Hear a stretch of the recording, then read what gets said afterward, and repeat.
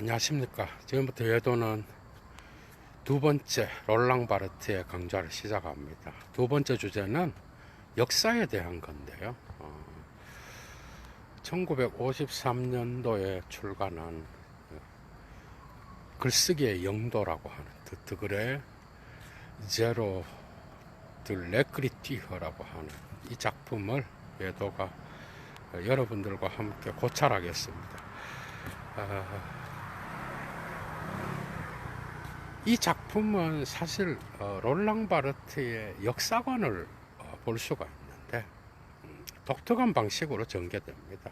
이 역사는 일반적인 역사가 아니고요, 문학의 역사를 다루는 작품인데, 문학의 역사, 특히 프랑스 문학의 역사를 좀 알아야 이 작품을 우리가 읽어낼 수가 있습니다.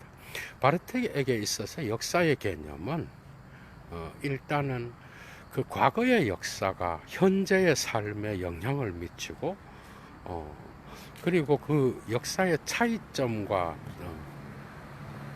또 동질성, 그러니까 역사에서 나타나는 공통점들을 구별해내면서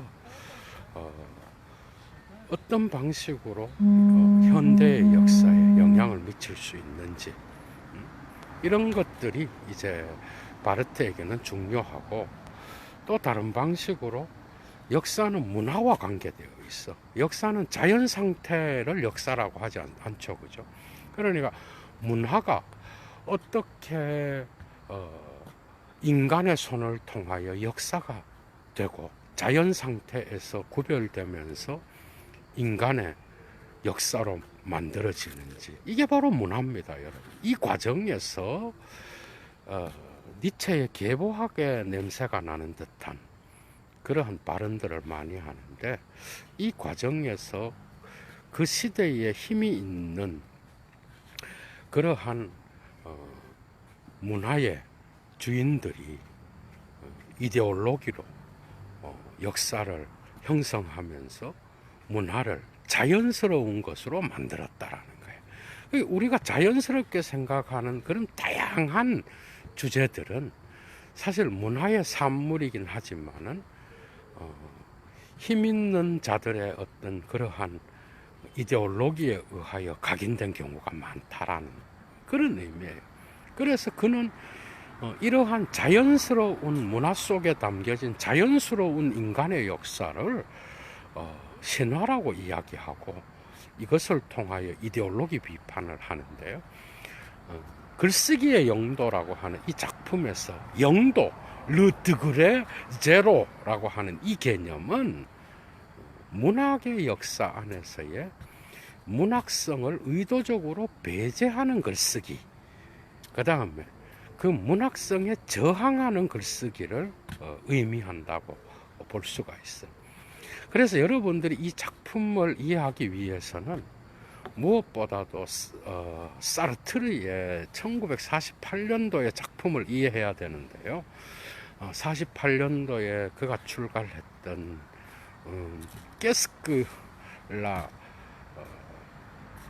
리터라티어라고 하는 문학이란 무엇인가 라고 하는 이 작품을 여러분들이 이해를 해야 돼요. 왜냐하면 이 작품으로부터 통찰을 얻어서 비판적 고찰을 통하여 자기의 글쓰기의 용도를 완성하기 때문에 이 작품은 그런 의미가 사르트르와의 연계 속에서 여러분들이 읽어야 되는 거예요. 그러니까 사르트르는 문학이란 무엇인가, 깨스클라 리테라티어라고 하는 이 작품에서 문학은 사실은 아주 역사와 동떨어져 있는 그런 방식으로 퇴보해 왔다라고 비판을. 그러니까 오히려 프랑스 혁명기의 고전주의 작가들은, 계몽주의 작가들은 오히려 역사와 사회에 책임성 있는 그런 작품들을, 역사에 응답하는 작품들을 썼는데, 이에 반하여 1948년 이후로 부르주아 문화가 발전을 하면서 여기에 대하여 동조를 하지 않는 그런 문학가들은 자연스럽게 부르주아 문화에 굴복하든지 아니면 이 문화와 동떨어져서 문학의 세계로 들어가서 문학의 형식에 얽매이는 그런 작품으로 퇴보하게 되었다라는 거예요. 그러니까 부르주아 문화에 순응하든 저항하든 순응을 하게 되면 부르주아 문화를 옹호하는 것이고, 그리고 이것으로부터 동떨어져서 비판하려고 하면 대중으로부터 인정을 받지 못하고, 그래서 어떻게 보면 특히 플로베르와 말라름에는 이러한 1848년도 이후에 부르주아 문화로부터 벗어나서 자신들의 문학을 위한 문학의 세계 안에 갇혀서 문학이란 무엇인가라고 하는 그런 주제로 퇴보하면서 역사와 사회로부터 벗어나게 되었다라는 거예요. 이게 이제 사르트르의 진단입니다, 여러분. 그러니까 문학이라고 하는 것은 원래는 역사 참여적이고 역사에 대하여 책임성 있게 응답하는 장르여야 된다라는 거예요. 그러면서 이제 사르트르가 시와 산문을 구분하기 시작해.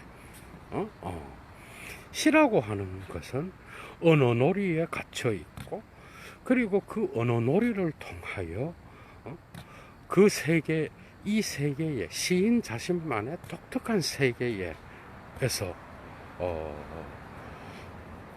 형식을 통하여 다양한 표현들을 드러낸다고 한다면, 산문은 이에 반하여 언제나 역사 참여적인 글쓰기를 가능하게 한다라고 본 거예요. 그러니까 이런 시의 언어와는 다르게 산문의 언어는 언어를 사용하여 현실을 표현해야 된다라고 본 거예요. 그러니까 문학이 이런 방식으로 안 나가고 문학 자체의 언어놀이와 언어의 형식, 문체, 그 다음에 문학 자체의 역사, 이런 것에 갇혀서 역사에 참여하지 못했던 이런 현실은 상당히 안타깝다라는 이야기를 하면서 이제 비판적으로 모든 문학은 역사에 참여하는 방식으로 전개되어야 된다. 역시 마르크스주의자와 같은 그런 표현으로 사르트르가 여기에 대하여 진단을 내렸는데, 여기로부터 영향을 받아서 이제 롤랑 바르트가 글쓰기의 영도에서 여기에 대한 저항과 그 다음에 수용을 통하여 자기의 문학 비평의 독특성을 드러낸다라는 거예요. 이 작품은 롤랑 바르트를 공적 영역으로 참여하게 만드는 롤랑 바르트를 일약 세계적인 스타로 만들진 않았지만, 이 작품을 갖고 이제는 공적 영역에서 자기의 그러한 철학의 세계를 드러내는 그런 문학 비평집이라고 할 수 있어요. 그래서 아주 중요한 작품이죠, 그죠? 그러니까 바르트의 글쓰기는 글쓰기의 영도는 이러한 사르트르의 진단을 받아들입니다. 그러니까 문학가 역시도 역사와 사회에 책임성 있는 글을 써야 되고, 문학가들 역시도 사회에 참여해야 된다는 거에는 동조를 해. 그러나 1848년 이후에 플로베르와 말라르메로부터 출발하여 프루스트를 거쳐서 초현실주의에 이르기까지, 심지어는 그 당시에 유명했던 문학가였던 블롱쇼와 그 다음에 알베르 까미에 이르기까지, 그죠?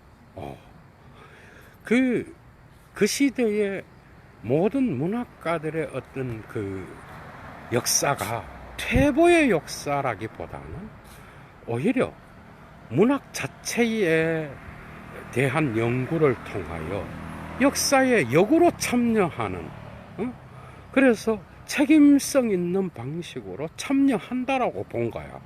그러니까 사르트르에 대하여 반대를 한 거예요. 그게 사르트르의 견해는 볼테르라든지, 그 다음에 빅토르 위고라든지, 그 다음에 플로베르와 얼마 차이 나지 않았던 발자크라든지, 또 그 스탕달이라든지, 그 다음에 디드로, 이런 계몽주의와 혁명기의 시대의 작품을 발표를 하고 전후에 혁명기 이후에 활동했던 이러한 작가들, 48년도 이전에 활동했던 혁명기의 작가들만 해도 역사에 참여하는 자들이었다는 거예요.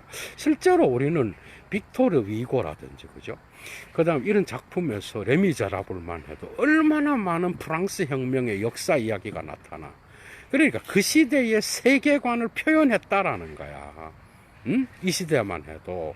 이건 사르트르가 진단하는 건데 여기에 동의합니다. 롤랑 바르트 역시도. 그런데 바르트가 동의하지 않는 게 하나가 있는데, 그게 뭔가 하면은 1848년 이후에 부르주아 문화가 발생하고 그 이데올로기에 동조하느냐 안 하느냐, 그래서 이것을 거부했던 문학가들이 문학의 형식, 그러니까 문학 자체가 그 세계의 세계관이 아니라 문학 자체로 퇴보했다라는 거야. 그러니까 문학 자체의 언어놀이와 언어 형식, 문학 자체가 문학이란 무엇인가라는 그 질문 안으로 퇴보하여 문학 자체의 연구에 빠졌다라는 거야, 이 자들이. 그런데 여기에 대하여 이들은 사르트르는 이러한 문학으로의 퇴보는 역사와 사회에 참여하지 않는 문학을 무책임한 그러한 장르로 만들었다라는 게 사르트르의 진단이잖아요. 근데 여기에 저항을 하는 거야, 글쓰기의 영도는. 그러니까 이러한 문학 자체로 시의 형식이든 산문의 형식이든 문학 자체로 퇴보한 이러한 말라름의 플로베르, 그 다음에 그 이후에 초현실주의 작가들, 그 다음에 블렁쇼, 바르트가 좋아했던 특히 프루스트라든지 이런 작가들이 문학 자체의 형식과 문학 자체의 그러한 세계로 퇴보했다라는 그런 진단에 대하여 바르트는 생각을 달리하는 거예요. 그게 뭔가 하면은 이들 역시도 자기들의 문학에 대한 장르를 연구하면서 문학이란 무엇인가라고 하는 문학의 세계에 들어와서 자신들의 에크리티얼, 글쓰기를 통하여 역사에 참여한다라고 본 거야. 그러니까 사르트르와 같이 꼭 자기가 마르크스주의자이고 마르크스적인 그러한 사유를 작품 안에 꼭 심어 놓고, 그래서 정치적인 명료한 언어를 가지고 작품의 세계를 표현하는 자만이 사회에 참여하는 게 아니라는 거예요. 그러니까 48년도 이후에 프랑스 문학의 어떤 이런 대가들은 사르트르가 진단한 것처럼 역사 참여를 소홀히 하여서 문학의 퇴보를 이끌었던 자들이 아니라 오히려 이들 역시도 자기 방식대로 역사에 참여하는 자들이라고 본 거예요. 그래서 우리가 글쓰기의 영도에 보면 에베르라고 하는 프랑스 혁명기에 그 언론과 그 다음에 신문, 어떤 이런 기자와 같이 글을 쓰는 자가 있었어요. 그러니까 디생 아저씨 라고 하는 작품을 쓸 때에 예를 들면은 욕을 하지 않고는 글을 쓸 수가 없었어. 그래서 그 작품 안에는 연병할, 제기랄 이런 정도의 욕설들이 막 난무하다는 거야.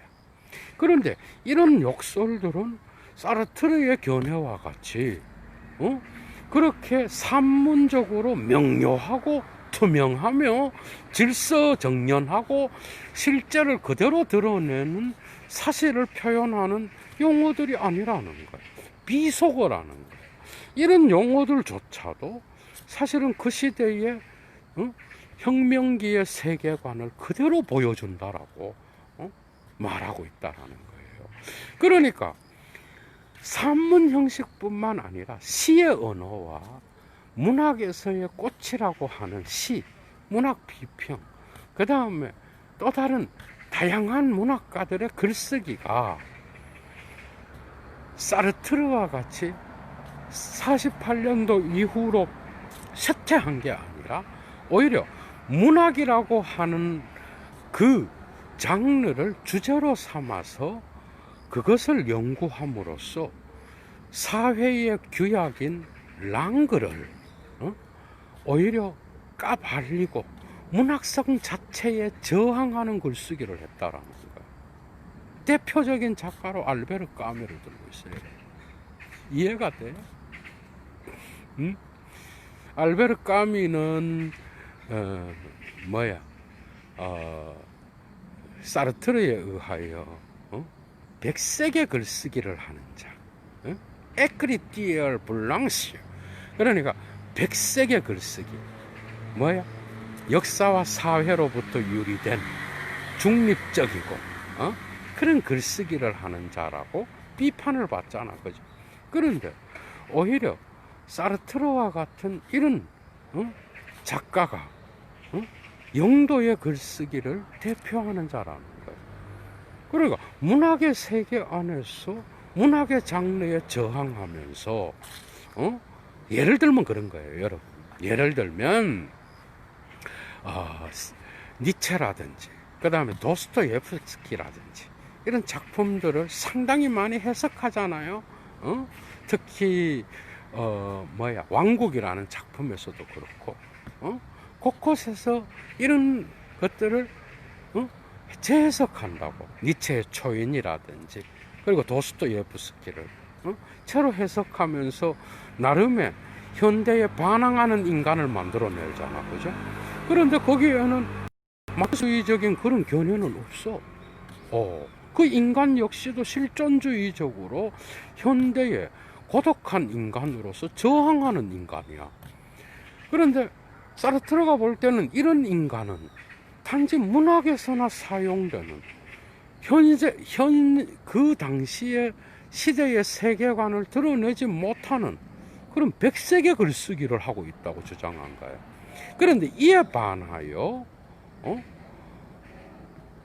롤랑 바르트가 볼 때는 오히려 사르트르와 같은 이런 자가 문학 안에서의 문학성을 의도적으로 배제하고 저항함으로써 새로운 글쓰기를 만들어내고 이데올로기에 저항하고, 그죠? 그 시대에 새로운 담론을 창조해내는 그러한 영도의 글쓰기를 하는 대표자라고 보는 거야. 이해가 되죠? 그러니까 완전 다른 방식으로 사르트르의 진단을 해석하는 거예요.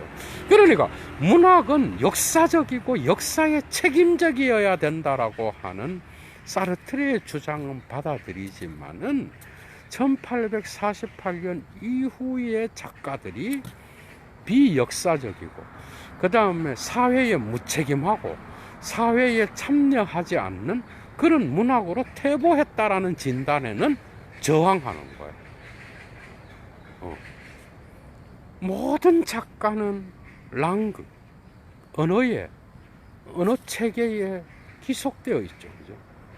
언어 체계에 기속되어 있다는 건 뭐예요? 이 점에서 초기 작품에서도 소시르의 언어학과 구조주의가 나타나기 시작합니다, 여러분. 그러니까 랑그 역시도 랑그는 체계잖아, 언어에. 이 소속되어 있는 거예요. 누구든지. 언어의 체계에 소속되어 있지 않은 문학가는 없어. 심지어 시인조차도 그 시대의 언어의 체계에 속해 있는 자야, 여러분. 그게 랑그의 특징이야. 랑그는 물려받은 거야, 시인들이나 문학가들이. 그리고 그는 랑그에 속해 있지만 그 랑그에 저항하는 자야. 왜 그렇죠? 모든 문학가는 뭐야? 그 시대의 랑그에 그냥 랑그를 받아 적고 거기에 속해 있는 그런 자만이 아니라 그 랑그를 파괴하고 새롭게 창조하는 자들이야. 그러니까 그는 개별적으로 볼 때는 수평적으로는 그만의 빠로를 갖고 있고 수직적으로는 문체를 갖고 있는 거야. 그만의. 이해가 되죠? 그러니까 이러한 랑그와 빠롤과 문체의 관계를 통하여 모든 문학가는 문학 자체의 언어를 다룰 때조차도 그 랑그는 그 사회와 역사를 동시에 드러내주는 체계이기 때문에 모든 문학가는 그 시대의 담론 안에서 속해 있으면서 동시에 저항하는 자들이야. 그래서 사르트르가 못 본 거는 뭔가 하면은 이러한 진단이 상당히 형식주의적으로 흐를 수 있다라는 이해가 되죠, 여러분. 그래서 바르트는 이러한 문학이란 무엇인가? 문학이 언어놀이를 할 때조차도 문학가가 시인이 자기의 시어를 통하여 시를 표현할 때조차도 사회와 역사로부터 유리되어 있는 게 아니라 그는 그러한 언어 체계의 표현을 통하여 그만의 독특한 글쓰기를 통하여 역사에 참여한다라는 거야. 이게 이제 사르트르와 반대되는 견해이면서 그만의 독특한 프랑스 문학의 현대 문학에 대한 비평이 이런 거에서 드러난 거예요, 여러분. 그게 글쓰기의 영도가 1953년도에 나왔잖아, 그죠? 그 이후에 4년 이후에 57년도에 미톨로지 바르트의 신화론이 나오는데 이러한 이 작품에서 마침내 자기만의 독특한 기호학적, 언어학적, 소시르와 구조주의적 그러한 특징을 갖고 마르크스주의적으로 문화를 이데올로기 비평을 하는 거거든. 그건 다음 시간에 다루겠습니다. 그런데 글쓰기의 영도에서는 뭐예요? 모든 문학가는 사르트르와 같이 48년 이전의 문학가들은 역사에 참여했고 18세기에 프랑스 혁명 이후에 그 시대에 다양한 세계관을 표현했고 그 이후의 문학가들은 48년 이후의 문학가들은 1800 역사와 사회에 참여하지 않고 그들의 세계관 그 시대의 세계관을 드러내지 않고 문학 자체의 형식으로 퇴보했다라는 이런 진단은 뭔가가 문학의 세계를 제대로 이해하지 못한 그런 진단이었다라는 것을 암묵적으로 드러내는 거예요, 여러분. 이 작품은 사실은 이 작품에는 사르트르라는 이름은 나오지 않고 오히려 그 작품에는 이러한 비평적인 이야기들이 많이 들어있어요. 오히려 블렁쇼는 나와 가끔. 그리고 블렁쇼가 카프카를 비평했던 그런 부분도 나타나요.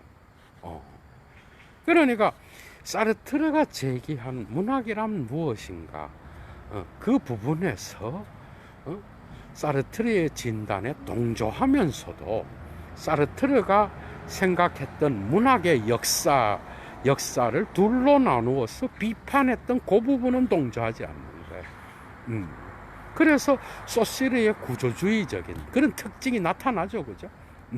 어느 체계에 속해 있으면서도 모든 문학가는 자기만의 독특한 랑그와 문체를 갖고 있는 빠롤과 그 빠롤을 통하여 자기만의 문체를 통하여 그는 그 시대의 문학의 전체적인 랑그의 체계에 속해 있으면서도 저항하는 자들이라는 거예요.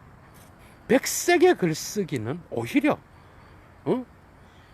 역사에 참여하지 않는 무책임한 문학가들을 향한 사르트르의 비판이었지만 이것은 오히려 문학 내부로 침투하여 문학 자체 안에 있는 체계를 또 다른 방식으로 해체하면서 역사와 사회에 참여한다라고 본 거야. 이 작품의 특징은 이런 겁니다, 여러분. 그러니까 꼭 그 사람이, 작가가 나는 마르크스주의적이고 나는 또 그 사람의 마르크스의 사상을 자기 작품에 많이 담았다, 이렇게 해야 사회에 참여하는 게 아니라는 거예요. 오히려 역사가 이상으로 문학가는 자기 자신의 내면으로 들어와서, 그죠? 문학의 형식에 충실하면서 그 형식을 비판적으로 고찰하면서 그 문학이 속해 있는 랑그의 체계 안에 숨어 있는 문화의 코드를 폭로하기 때문에 마치 니체가 연상되는 그런 시간이에요, 여러분. 이 부분은 폭로하기 때문에 모든 문학가들은 역사와 사회에 참여하면서 그것을 알게 모르게 변혁시켜 나가는 그러한 일에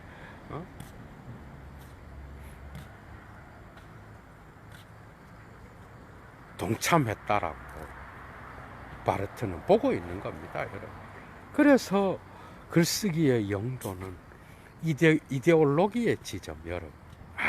여기서 이제 들레즈랑 어떻게 보면 만날 수가 있는데, 영도의 글쓰기를 하는 자들이다, 글 쓰는 자들은. 그러니까 여기에서 글쓰기, 에크리티어는 데리다가 사용했던 에크리티어랑은 달라요. 데리다는 이 글쓰기가 문자로서, 원문자로서 언제나 말 중심의 서구 형이상학의 로고스를 해체한다라고 봤다 그러면, 롤랑 바르트의 에크리티어는 뭔가 하면은 언제나 문학가는 그 랑그에 속해 있으면서도 자기 자신만의 독특한 글쓰기, 작가들은, 그죠? 그 글쓰기를 통하여 언제나 제로점으로부터 출발한다라는 거. 속해 있으면서 해체할 수 있는 게 문학가라는 거. 랑그에 종속되어 있으면서 자기의 빠롤로, 자기의 문체로, 자기만의 독특한 글쓰기로 그 랑그를 파괴할 수 있는 자라는 거야. 너무 재미있죠. 이런 방식으로 나가는 거야.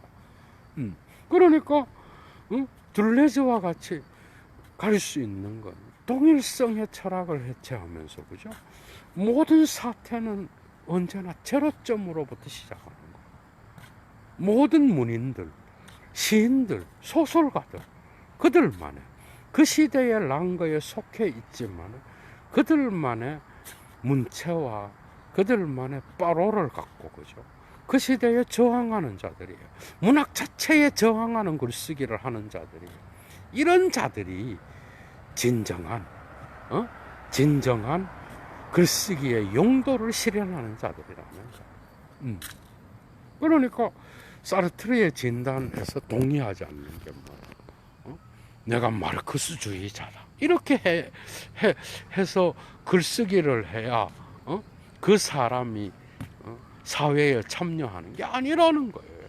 오히려 문학가는 그 시대의 랑그가 속해 있는 그 지배적 담론에 기속되면서도 다른 한편으로는 그것을 해체적 읽기를 통하여 자기의 글쓰기를 통하여 언제나 제로점으로부터 자기의 문학의 세계를 펼쳐나간다라는 거예요. 이런 점에서 볼 때 사르트르가 비판했던 그러한 플로베르와 또 말라르메와 그 다음에 푸스트와 블롱쇼와 알베르 까미르들, 이러한 자들은 볼테르라든지 프랑스 혁명기에 사회에 참여하는 문학가들로 대표되었던 빅토르 위고, 그 다음에 디드로, 또 그 시대의 다양한 스탕달, 이런 자들 못지않게 자기 자신의 방식대로 역사에 참여하면서 그 역사의 문제점들을 드러내주고 그 시대의 문제점들을 폭로한다라는 거예요. 그런데 이제 이런 주장들은 이제 예도의 논평을 붙이겠습니다. 뭔가 사르트르의 의도와는 또 달라요. 과연 이게 사르트르의 그런 주장들을 과연 해체했는지, 충분한 응답이 됐는지, 이건 또 다른 문제야. 실제적으로 시의 세계에 빠져 있는 시인들이 사르트르가 말하는 것처럼 역사와 사회에 참여하는 자들인지, 그건 또 다른 이야기야. 예술가는 언제든 자기 세계에 빠져 있을 수 있죠, 그죠? 자기 세계를 언제나 이 역사와 사회의 세계관으로 확장시키는 예술가들도 있지만, 자기 세계에 빠져서 지 세계가 예술이라고 다라고 생각하는 자들도 많아. 우리는 비판적으로 봐야 돼요. 그래서 아감베는 그죠? 사르트르의 깨스클라 리테라뛰어를 제목을 바꿔야 된다는 거. 그러니까 문학이란 무엇인가는 뭐예요? 문학이 어떻게 가능한가로 바뀌어져야 되는 거예요. 이거는 상당히 정근대적인 그런 모더니즘적인 그런 제목이에요. 문학이란 무엇인가? 본질을 묻는 거야. 과연 그게 그런 식으로 정의될 수 있는 건지 아니라는 거야. 이 점에서는 아감벤의 이런 질문에서는 롤랑 바르트가 훨씬 앞서 나간 그런 작가였다라고 볼 수 있어요.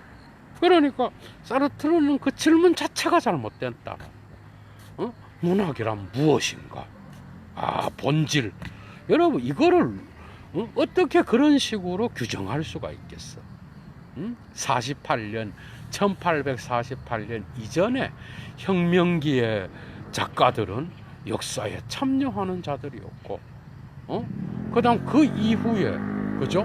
그 이후에 48년 이후에 부르주아 문화에 깃들어 있었던 그 이후의 작가들은 뭔가가 비역사적이고 문학 자체의 형식으로 퇴보한 자들이었다.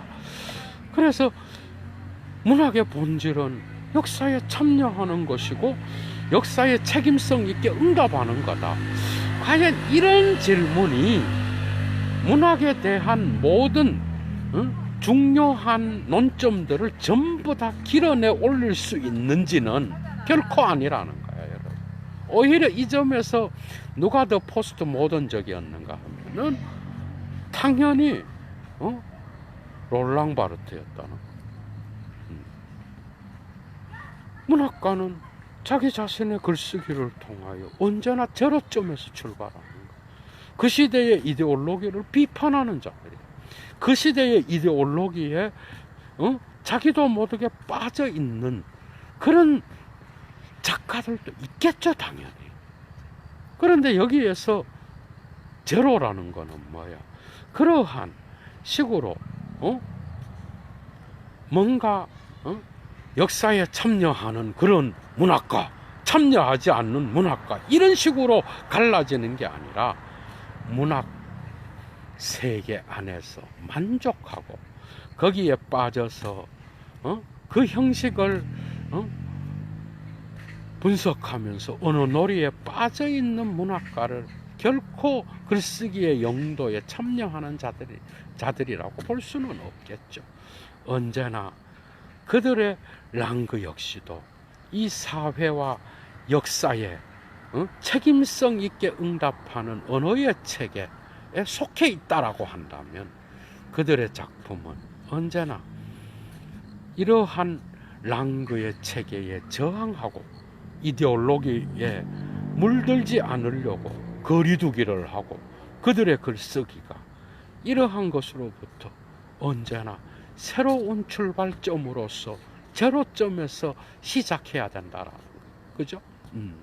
이런 글쓰기를 그가 알베르 까미를 통하여, 그죠? 그리고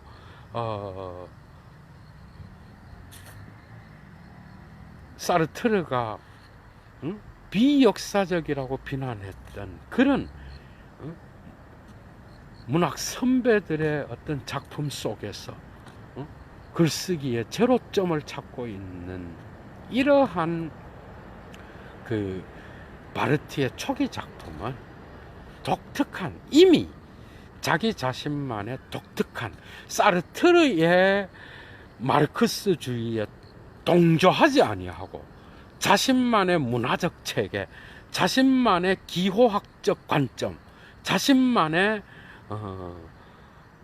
문학의 체계, 역사, 그런 것을 통하여 자신의 세계를 구축해 나가겠다라고 하는 결단이 이 초기 작품에 보인다고 하는 거야. 그래서 신화론으로 들어가면은 완전히 다른 방식으로 구조주의자가 되어서, 그리고 소시르의 언어학을 가지고 이 문화의 체계를 어떤 방식으로 해체하고 이데올로기 비평을 하는지 재밌겠죠, 여러분. 다음 시간에 신화학이라는 제목, 롤랑 바르트의 신화, 1957년도에 나온 이 작품을 예도가 분석하면서 여러분 밝혀내겠습니다, 여러분. 그러니까 이 작품을 오늘 첫 번째, 그죠? 그 롤랑 바르트의 53년도에 나온 이 작품을 통하여 우리는 과연 바르트에게서 중요한 문학의 체계가 무엇이며 그가 왜 사르트르의 이런 진단에 저항하여 글쓰기의 영도를 주장했는지, 문학 체계 자체가 중요하면서도 동시에 문학가는 그 체계에 굴복하는 자가 아니라는 거, 이런 이중적 전략을 읽어내야 돼, 여러분들이.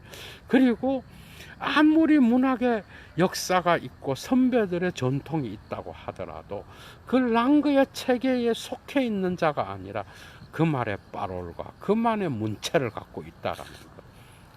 이런 관점에서 많은 진정한 문학가들, 문학에 복속하면서도 동시에 그 모든 전통의 형식들에는 저항하는, 이 저항을 통하여 새로운 창조를 만들어내는, 그래서 1차 지시체에 머물지 않고 모든 문학가는 그 시대에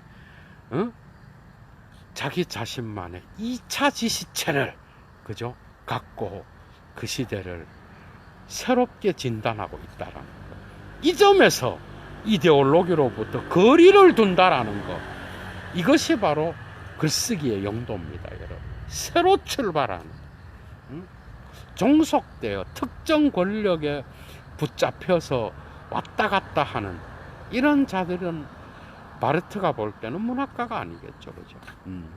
그 형식에 충실하면서도 자기만의 이데올로기 비평을 갖고 글쓰기를 하는 이런 자들을 바르트는 자기의 글쓰기의 영도에서, 그죠? 중요한 문학의 특징으로 삼고 있다라. 여러분 반드시 기억하시고요. 예도는 물러갑니다. 두 번째 시간이었습니다. 재밌었죠? 그리고 세 번째 시간에는 그 신화론을 다루고 이런 방식으로 계속해서 바르트 시리즈를 예도가 이어나가겠습니다, 여러분. 좋은 저녁 되십시오. 좋아요 잊지 마시고요. 그리고 예도TV의 예도 고정 강좌의 가치를 아시는 분은 예도TV로 꼭 자발적 수업료 보내주시고 후원도 해주시고 여러분들 이 어려운 시국에 꼭 건강 유의하시기 바랍니다. 예도는 물러갑니다. 추스.